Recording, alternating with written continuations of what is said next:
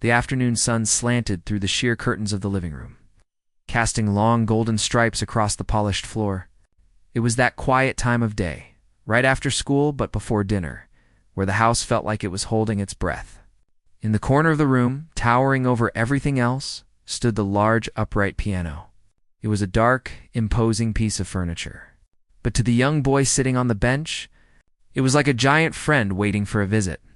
Leo was 10 years old. Though sitting there with his legs dangling just a little bit above the pedals, he looked much younger. He had been nervous all day. Today wasn't just a regular practice day. Today was different. The big competition was only 48 hours away. This wasn't just any recital where he would play for parents and grandparents in a small church hall. This was the regional semifinals. The stakes were real, and Leo could feel the weight of them pressing against his small chest. He sat still for a moment, staring at the black and white keys. He wasn't playing yet. He was just listening. The house was silent. He could hear the low humming of the refrigerator in the kitchen and the distant sound of a dog barking 2 streets over. But mostly, he listened to the silence inside his own head. He was trying to hear the song before he even touched a note. The piece he had chosen was called La Valse d'Amélie. It was beautiful, but it was tricky. It wasn't fast and loud like some of the songs other kids played. It was light, bouncy, and full of little skipping notes that had to be played with a feather-light touch. Leo let out a long, shaky breath and placed his right hand on the keys. His fingers were small, but they were strong from years of practice. He started to play the melody. Ding, ding, dong, dong. The sound rang out, clear and bright in the quiet room. He stopped almost immediately. He shook his head and frowned. It wasn't right. It felt heavy. His fingers were hitting the keys too hard, like he was angry at them. But the song wasn't about anger. It was about magic and finding joy in small things. He took his hands off the keys and rubbed them together. They felt a little cold. From the hallway, his mother was watching. She leaned quietly against the doorframe, holding a basket of folded laundry. She didn't say a word. She knew that if she interrupted him now, he might lose his focus completely. She saw the tension in his little shoulders. She saw the way he gripped his knees when he was frustrated. It hurt her heart to see him so stressed, but she also knew how much he loved this music.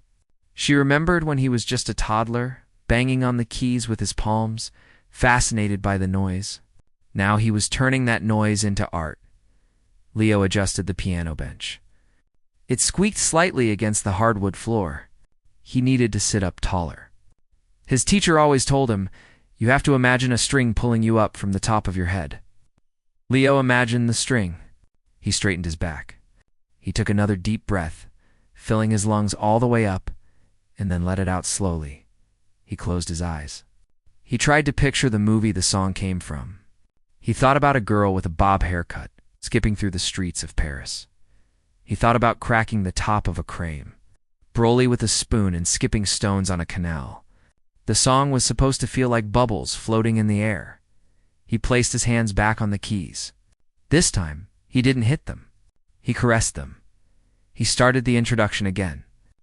The first notes were high and bell-like. Ting, ting, ting, they rang out, hanging in the air like tiny crystal stars. Then his left hand joined in, providing a rolling waltz-like rhythm. 1, 2, 3. 1, 2, 3. The music began to swirl around the room. As he played, the worried look on Leo's face began to soften. His eyebrows unknitted. His jaw, which had been clenched tight, relaxed. The music was taking over. He wasn't thinking about the judges anymore. He wasn't thinking about the other kids.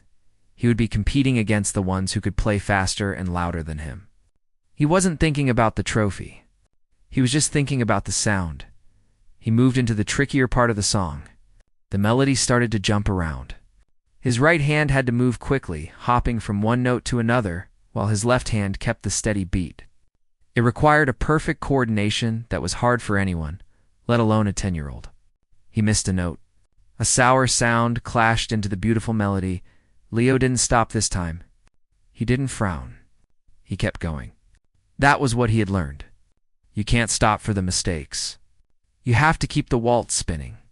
He kept his fingers light, dancing over the wrong note as if it had never happened.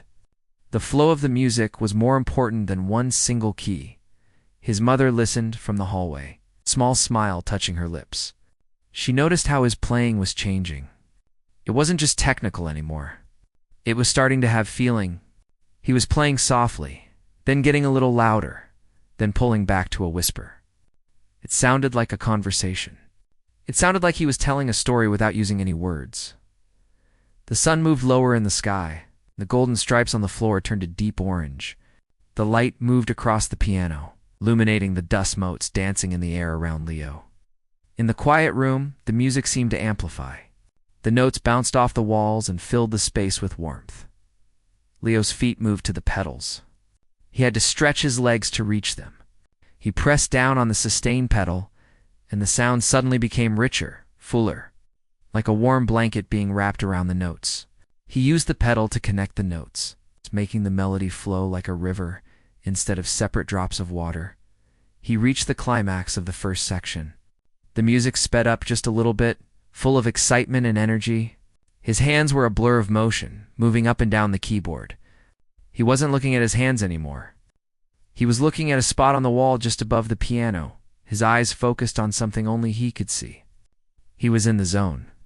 That magical place where the pianist disappears and only the song remains. But then, his left pinky finger cramped up just a little bit. He stumbled on the rhythm. The waltz tripped. The magic flickered for a split second. He stopped playing abruptly. The silence rushed back into the room, louder than before. Leo dropped his hands into his lap and let out a frustrated groan. "Oh," he said to the empty room. He slumped forward, resting his forehead on the cool wood of the piano's fallboard. He felt the tears prickling at the corners of his eyes. It was so close. He had it, and then he lost it. What if that happened on the big stage? What if he forgot the notes in front of all those people? He heard the soft sound of footsteps approaching. He didn't look up. He felt a gentle hand on his shoulder. "It sounded beautiful, Leo," his mother said softly. Her voice was calm and steady, anchoring him. "It wasn't perfect," Leo mumbled into the wood. "I messed up the rhythm. My finger hurt." She squeezed his shoulder gently.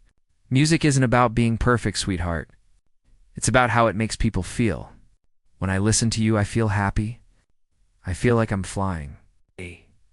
Leo lifted his head and wiped his eyes with the back of his hand. He looked at the keys again. They looked innocent enough, just pieces of ivory and ebony. But he knew the challenge they held. "Do you want to try again?" she asked. "Or do you want a break?" Leo looked at the window. The sun was almost down now. The room was getting dim. He thought about the semifinals. He thought about the feeling of playing it right, when the song took off and he was just along for the ride. He wanted that feeling back.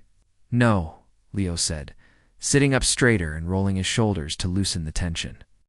"I want to try again. Just once more." His mother nodded and walked back to the hallway, but she didn't leave. She stayed there, leaning against the wall, giving him space, but staying close enough to support him. Leo turned back to the piano. He stretched his fingers wide, shaking out his hands. He rotated his wrists. He flexed his pinky. He closed his eyes for a moment and found that image of the Parisian girl skipping stones again. He found the rhythm in his head. 1, 2, 3. He lowered his hands. He didn't hesitate this time. He trusted himself. His fingers touched the keys, and the melody began to flow again. It started soft, like a whisper, and grew stronger with every measure. The mistakes of the previous attempt were gone. He played with a confidence that surprised even him.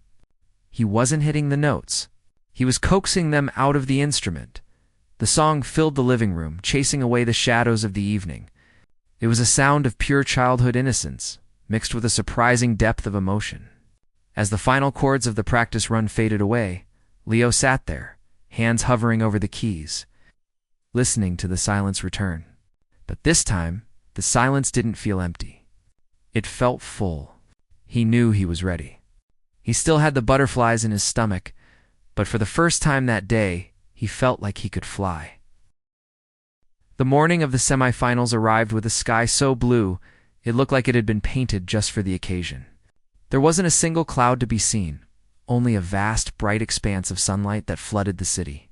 It was the kind of weather that usually meant a day of playing in the park or riding bikes. But for Leo and his family, today was about focus, quiet nerves, and a journey toward a stage that felt both exciting and terrifying. Leo sat at the kitchen table, pushing a piece of toast around his plate. His stomach was doing flip-flops, making it hard to eat. He was wearing his best button-down shirt, a crisp white one that his mother had ironed the night before. It felt a little stiff around the collar, scratching his neck slightly. Every time he swallowed, he was reminded of how important today was. The house was bustling with the usual morning noises, the clinking of silverware, the hum of the coffee maker, but Leo felt like he was in a bubble. He could hear the sounds, but they felt far away. His father walked into the kitchen, checking his watch. "We should get going soon, champ. We want to get there with plenty of time to settle in." Leo nodded, finally taking a small bite of his toast. It tasted dry, like cotton in his mouth, but he forced himself to chew. He needed the energy. He stood up, grabbing his blazer that was hanging over the back of his chair. Putting it on, he looked in the hallway mirror. The boy looking back at him looked neat and tidy, but his eyes gave him away. They were wide, searching, and a little bit scared. The drive to the music center took about 45 minutes. Usually, car rides were filled with music or chatter about school, but today, the car was quiet. Leo's father drove carefully, keeping his eyes on the road, while his mother sat in the passenger seat holding a thermos of tea. Leo sat in the back, his backpack resting on his lap. Inside the backpack was his sheet music, carefully protected in a plastic folder. He didn't need to look at it. He had memorized every note, every rest, every dynamic marking. Still, having it close made him feel safe. As they drove, Leo watched the city go by. He saw people walking their dogs and store owners opening their shops. Life was going on as normal for everyone else. But for Leo, life had paused. He thought about the piece he was going to play. It was a song full of magic and whimsy, a waltz that made people think of flying in daydreams. He tried to summon that feeling in his mind, pushing away the tightness in his chest. When they arrived at the music center, the building looked huge. It was a modern structure with glass walls that reflected the bright sun. As they walked toward the entrance, the door slid open with a soft whoosh. Inside, the air was different. It smelled like floor wax and old paper, a specific smell that seemed to say serious business. The lobby was large and echoing, filled with people. Leo felt a sudden wave of shyness. He stayed close to his mother as they walked to the registration desk. Everywhere he looked, there were other kids. Some were older, teenagers who looked tall and confident. Some were younger, like him, holding their parents' hands tightly. There was a low hum of conversation mixed with the sounds of people warming up their instruments. In one corner, a girl was playing a violin, the notes fast and frantic. In another, a boy was tapping rhythms on his knees with drumsticks. "Name, please." The woman behind the desk asked, smiling kindly. "Leo," his mother said. "He is in the 10-12 age group." The woman typed on her computer for a moment and then handed them a sticker with a number on it. "Number 14. You will be called in order. Good luck." Leo took the sticker and placed it on his chest, right above his heart. Number 14. That meant he wouldn't be first, which was a relief, but he also wouldn't be last. He had to wait. They made their way to the waiting area, which was just outside the heavy double doors that led to the stage. This was the hardest part, the waiting. It was a strange mix of boredom and intense anxiety. Leo found a chair and sat down. He put his backpack on his lap and hugged it to his chest. He watched the other contestants. There was a boy nearby, maybe 12 years old, who was pacing back and forth. He looked intense, staring at the floor, muttering to himself. Watching him only made Leo feel more nervous. It reminded him that this was a competition. These were all kids who practiced for hours every day, just like him. They all wanted to win. Leo closed his eyes and plugged his ears with his fingers for a moment, trying to block out the noise. He visualized the piano keys. He imagined his hands floating over them, light as a feather. He needed to find that calm place inside himself, a place he found in his living room the day before. Time seemed to move very slowly. 10 minutes felt like an hour. Leo's mother reached over and squeezed his hand. "You're going to be great," she whispered. "Just play like you did at home." Leo nodded, but he couldn't speak. His throat felt tight. "Number 5, please proceed to the stage," a voice over the speaker announced. One by one, the numbers went down. Leo watched the doors open and close. He caught glimpses of the hallway beyond, leading to the bright lights of the stage. Every time the doors opened, he could hear the faint sound of piano music drifting out. Sometimes it was fast and loud. Sometimes it was slow and sad. Then the doors would close again, muting the sound. Finally, the voice called out, "Number 12. 2 more people." That was it. The reality of the moment hit Leo hard. His palms were sweating. He wiped them on his trousers. He stood up, knowing he needed to walk around a little bit to get the blood flowing. He didn't want to walk out there with stiff legs. He walked over to the large window that looked out onto a courtyard. The sun was still shining brightly. He saw a bird land on a branch and fly away. He took a deep breath, trying to breathe in the calmness of the scene. Number 13. It was time. Leo felt like his heart was beating so hard that the people sitting next to him could probably see his shirt moving. He walked back to his mother and father. They stood up, giving him hugs. "We are right here," his father said, his voice steady and reassuring. "We are so proud of you already." Leo swallowed hard. He picked up his backpack, though he knew he wouldn't need it until after he played. He walked toward the backstage doors. He walked past the girl with the violin, who was now sitting quietly with her eyes closed. He walked past the pacing boy. This was it. As he approached the double doors, a stagehand was waiting there. He was a tall man with a kind face. He checked Leo's sticker. "Number 14. The man asked. Leo nodded, unable to find his voice. "Okay, follow me," the man said gently. They walked through the heavy doors and into a dimly lit corridor. The air was cooler here. The sounds from the audience were louder, now a low murmur of hundreds of people whispering. It sounded like the ocean. They walked down the corridor until they reached a small, curtained-off area just off to the side of the stage. This was the holding pen. The stagehand stopped and put a hand on Leo's shoulder. "They will call your name in just a second. Walk straight out to the piano. Take your time to adjust the bench if you need to. Don't rush." Leo nodded again, clutching his hands together. He could feel the sweat making his fingers slippery. He rubbed them against his pants one last time to dry them off. From where he stood, hidden behind the heavy velvet curtain, Leo could see a slice of the stage. It was bathed in bright, blinding light. He could see the curve of the grand piano, gleaming black and looking like a giant, sleek animal waiting for him. The light reflecting off the shiny surface looked almost blinding compared to the dim backstage.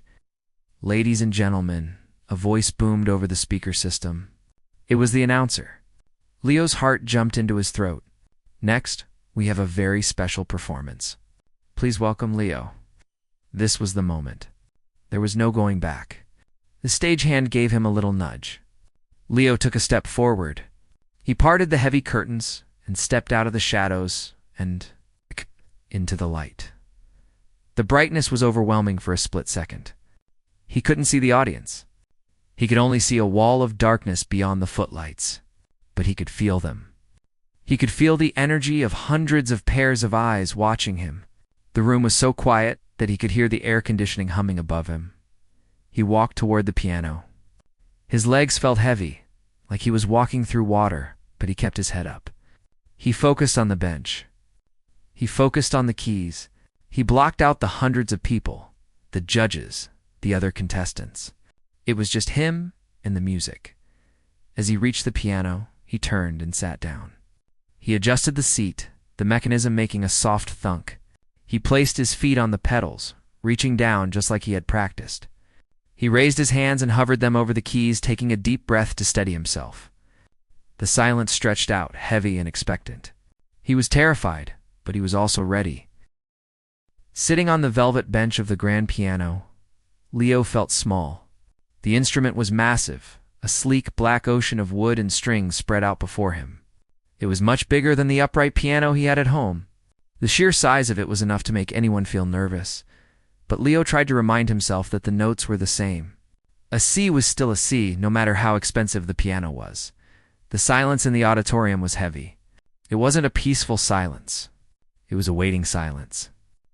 Hundreds of people were sitting in the darkness, watching his tiny silhouette under the bright spotlight. Leo could feel a bead of sweat making its way down his temple. He resisted the urge to wipe it away. He kept his hands hovering over the keys, his fingers curved and ready, just like his teacher had taught him. For a second, his mind went blank. It was a terrifying feeling that every musician fears, the sudden fear that he had forgotten everything. The music, the notes, the melody, it all felt like it had vanished from his brain. His heart hammered against his ribs so hard he thought the people in the front row might be able to hear it. The lights were incredibly bright, shining directly into his eyes, making it impossible to see anyone in the audience. He was alone on an island of light, but then he took a deep breath. He felt the cool air filling his lungs. He thought about his mother waiting in the wings. He thought about the afternoon in his living room. He closed his eyes for just a moment to shut out the glare of the lights. In that darkness behind his eyelids, he saw the movie scene again. He saw the Paris streets. He saw the girl skipping stones. When he opened his eyes, his focus had shifted. The fear was still there, hiding in the corner of his mind, but it was smaller now. It wasn't in charge anymore. He lowered his hands. His right hand found the starting notes high up on the keyboard. His left hand settled lower, ready to start the rhythm. He didn't just press the keys. He let gravity pull his fingers down. The first note rang out. It was a high, bell-like sound that cut through the thick air of the room. Ding! It was clear and pure. Leo held his breath for a split second to make sure the note was perfect. The sound seemed to hang in the air, sparkling like a star. Then came the next note, and the next. The melody began ting-ting-ting dotting. The opening phrase of La Valse d'Amélie floated into the auditorium. It was a sound that was incredibly fragile. It required a very gentle touch. If Leo pressed too hard, it would sound harsh. If he played too softly, it wouldn't be heard at all. But he found the perfect balance. It sounded like a music box winding up. As he played the first few measures, Leo felt his shoulders drop. He hadn't even realized he was holding them up so high, tense with worry.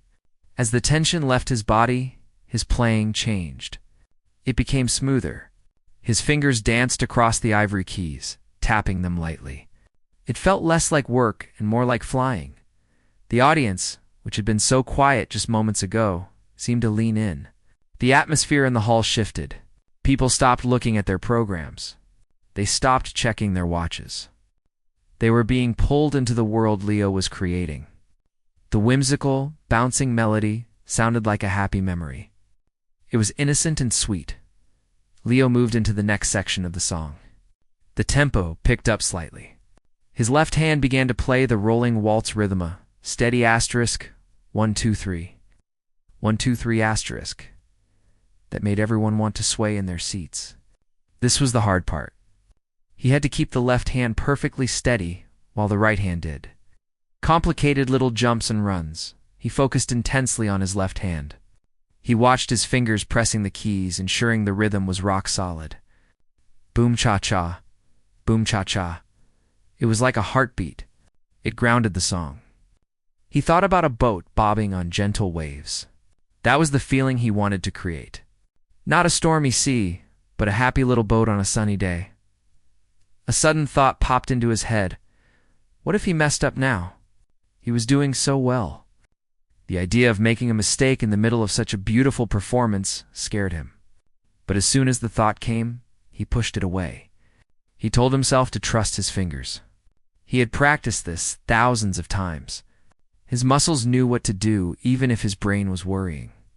He let his hands take over. The music swelled. It was like a flower opening up. The notes were rising higher and higher, getting more excited. Leo leaned forward a little bit, getting lost in the story of the song. He wasn't thinking about the competition anymore. He wasn't thinking about the judges sitting at their long table with their clipboards. He wasn't thinking about the score.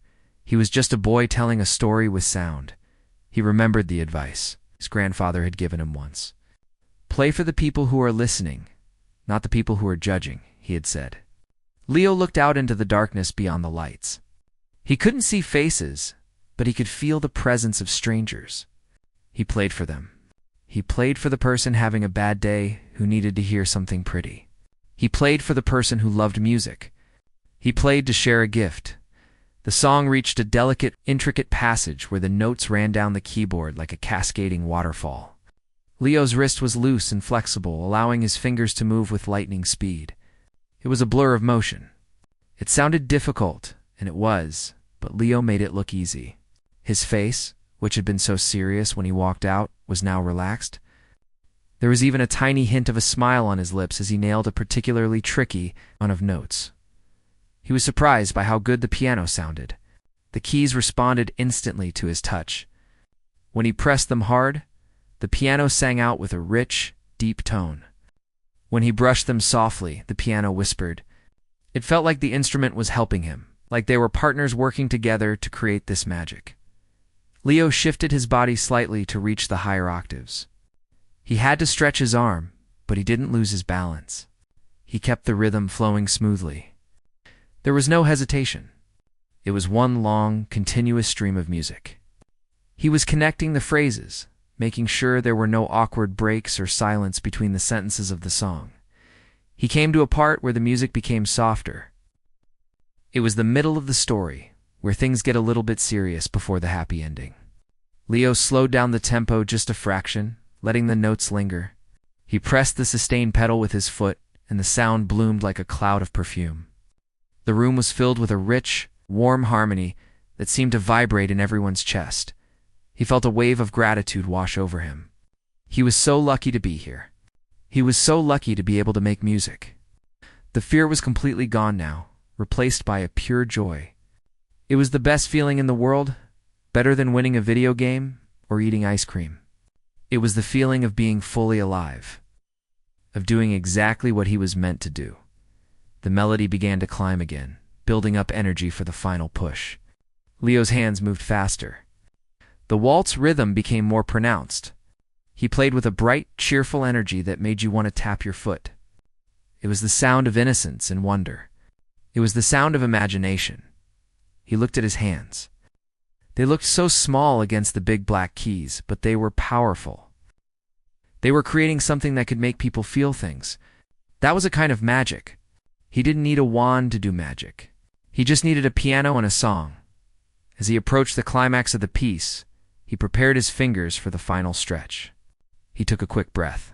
The music was rushing forward now, like a train heading towards the station, exciting and fast. He hit the chords with confidence, making them sound bold and strong, yet still gentle enough to fit the song. He was in total control. Every note was exactly where it was supposed to be. The time for worrying was over. The time for doubt was gone. It was just him, the piano, and the beautiful magical music. The music was spinning now, swirling around the vast hall like a golden ribbon. Leo had moved past the delicate introduction and was deep into the heart of the song. This was the part where the melody started to skip and jump, moving quickly across the keyboard. It required a special kind of lightness, a feeling of weightlessness that was very hard to achieve. When your heart was beating fast from nerves, but Leo wasn't nervous anymore. Something remarkable was happening to him as he sat on the bench. The bright lights, the dark crowd, the pressure of the competition, it all seemed to dissolve. In its place was only the music. He wasn't a 10-year-old boy trying to impress judges anymore. He was a storyteller, and the piano was his voice. His fingers moved with a blur of motion. They were small, but they were incredibly fast. He played the rapid, tumbling notes that made the song sound like a cascading waterfall or a child laughing. It wasn't just hitting the right notes. Any machine could do that. Leo was playing with feeling. He would press a key firmly for a split second to make a note pop out, and then instantly soften his touch for the next one. It was like he was having a conversation with the instrument, asking it a question and then listening to the answer. The audience in the hall sat completely still. Usually in a long competition, people get restless. They shuffle their feet, cough, or check their phones. But not now. Hundreds of people were leaning forward in their seats, captured by the sound coming from the stage. There was something magnetic about the performance. It wasn't flashy or loud like some of the other acts. It was honest. It sounded pure. Leo's face, usually so serious when he concentrated, had changed. His eyes were bright, and a small smile played on his lips as his hands danced over the keys. He looked like he was enjoying a secret joke with the piano. He wasn't thinking about the difficult technique anymore.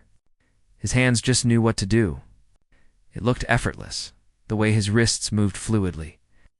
Helping his fingers fly across the ivory keys, he played a section where the melody jumped from the low end of the piano to the high end. His left hand crossed over his right hand to reach the deep bass notes, and then quickly retreated. It was a tricky maneuver, a tangle of arms and fingers that could easily result in a bump or a missed note. But Leo executed it perfectly. It looked like a graceful dance. His body swayed slightly with the rhythm, keeping the time like a metronome, but with much more soul. The sound he was creating was whimsical and full of joy. It made people think of sunny days, of riding a bicycle down a hill, of skipping stones on a pond. It was a happy sound, but there was a layer of sweetness to it, a touch of nostalgia that made it emotional. Some of the older listeners in the audience closed their eyes, letting the music take them back to their own childhoods.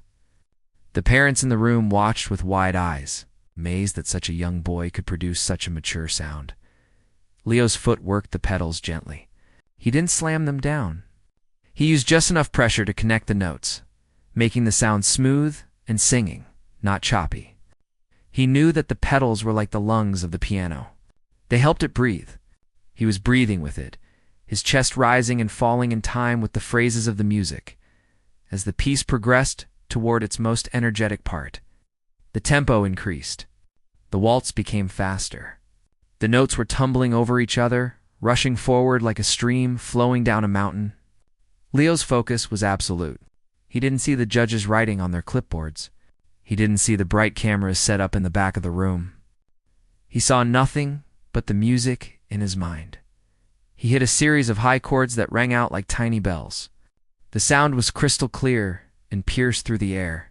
He held the moment just a fraction of a second longer than written, savoring the beauty of the sound before rushing back into the fast flow of the melody. It was a risk to play with the timing, but it worked. It showed that he wasn't a robot playing a score. He was an artist interpreting a feeling. His mother stood in the wings, just out of sight of the audience. She had her hands clasped over her mouth. She had seen him practice this song 1,000 times in their living room, but hearing it here, in this hall, with the natural reverb and the perfect acoustics, it was different. It was bigger. It was magical. She felt tears pricking her eyes, not because she was sad, but because she was overwhelmed by pride. Her little boy, the one who needed help reaching the high shelves, was conquering this massive stage. On the bench, Leo felt a surge of adrenaline. He reached the climax of the song. His hands were moving so fast, they were almost a blur. The music was swirling, rising, growing louder and more intense. It was a wave of sound that washed over the entire room. He felt powerful in that moment. He wasn't the smallest person in the room. He was the one controlling the mood of everyone there. He was the master of this world he had created. He played a complex run of notes, a flurry of black and white keys that required perfect finger independence. His pinky finger, usually the weakest, struck the high notes with precision and strength. The melody soared. It was like a bird taking flight. The connection between Leo and the piano was absolute. There was no gap between what he felt in his heart and what came out of the instrument. As the high point of the song began to resolve, Leo started to bring the volume down. The rushing water slowed down. The tumbling notes became gentler. He was guiding the audience back down from the excitement, leading them safely to the end of the journey. His touch became featherlight again, barely brushing the keys. Whispering the final phrases of the melody, he was sweating slightly from the physical effort and the heat of the lights. A lock of his hair fell onto his forehead, but he didn't move to fix it. He didn't want to break the spell. He kept his eyes fixed on his hands, watching them ensure that every single note was perfect. He poured every ounce of his emotion into these final bars, playing with a tenderness that made the silence in the room feel sacred. The audience could feel that the end was coming. They held their collective breath, not wanting the experience to stop. The music had become a part of them. They were captivated by the raw talent and the vulnerability of this small boy at the big piano. The world outside the auditorium, the traffic, the noise, the worries, had ceased to exist. There was only the waltz. There was only Leo. He played the final lead-in phrase, his fingers slowing down, stretching out the time, milking the last bit of emotion before the final chord. He was hovering on the edge of the precipice, ready to bring it all home. The anticipation in the hall was palpable, a thick electric charge that made the hair on people's arms stand up. Leo struck the final chord with a gentle but firm motion of his wrist. It wasn't a loud, crashing ending, but a deep, resonant sound that seemed to vibrate through the floorboards and up into the soles of his feet. He held his hand suspended over the keys for a heartbeat, letting the final note bloom in the air and then slowly fade away. He wanted to make sure the silence that followed was just as important as the music. The auditorium was completely still. For a split second, nobody moved. It was as if the entire audience was holding its breath, savoring the last remnants of the melody that had just filled the room. The magic hung in the air like dust motes in a sunbeam. Leo sat there, his chest heaving slightly, his heart beating a frantic rhythm against his ribs. He stared at the keys, waiting to see if the sound was truly gone. Then, from the back of the hall, a sound broke the silence. It was the clapping of one person, followed quickly by another. In a matter of seconds, the quiet erupted. The applause didn't just trickle in. It crashed over the stage like a wave. It wasn't the polite, obligatory clapping that usually happens after a student performance. This was loud, enthusiastic, and filled with genuine emotion. People weren't just clapping because he finished. They were clapping because they loved what they heard. Leo blinked, his eyes snapping wide open. He looked up toward the darkness where the audience sat. He couldn't see their faces clearly because of the bright lights shining in his eyes, but he could feel them. He could feel the energy of the room changing. The heavy pressure was gone, replaced by a warm, glowing feeling of acceptance. A slow, shy smile spread across his face, touching his eyes and crinkling the corners of his mouth. He stood up from the bench. His legs felt a little bit wobbly, like jelly, after sitting so still for so long, but he managed to stand straight. He turned to face the crowd. As he looked out, he saw rows of people rising to their feet. They were standing up for him. He saw some people wiping their eyes with tissues. Others were smiling broadly and clapping their hands over their heads. It was a wall of approval, and it was overwhelming. Leo bowed awkwardly. He wasn't used to formal bows, so he just bent at the waist, keeping his eyes on the floor for a second to compose himself. When he straightened up, the applause got even louder. Someone whistled from the back. Leo felt a blush rising on his cheeks, a mix of shyness and pure delight.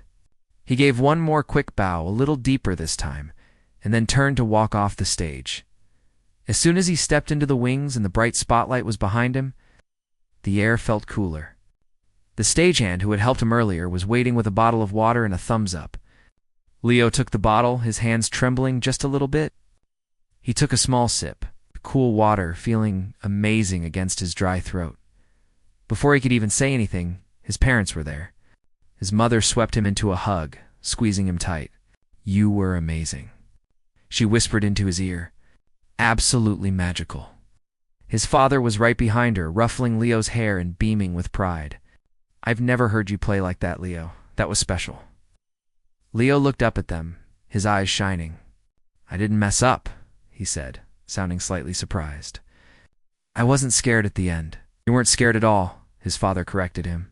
"You were in charge?" We could all see it. A few of the other contestants who had played earlier were standing nearby watching him. Some of them looked impressed. A few looked a little jealous, but most just smiled.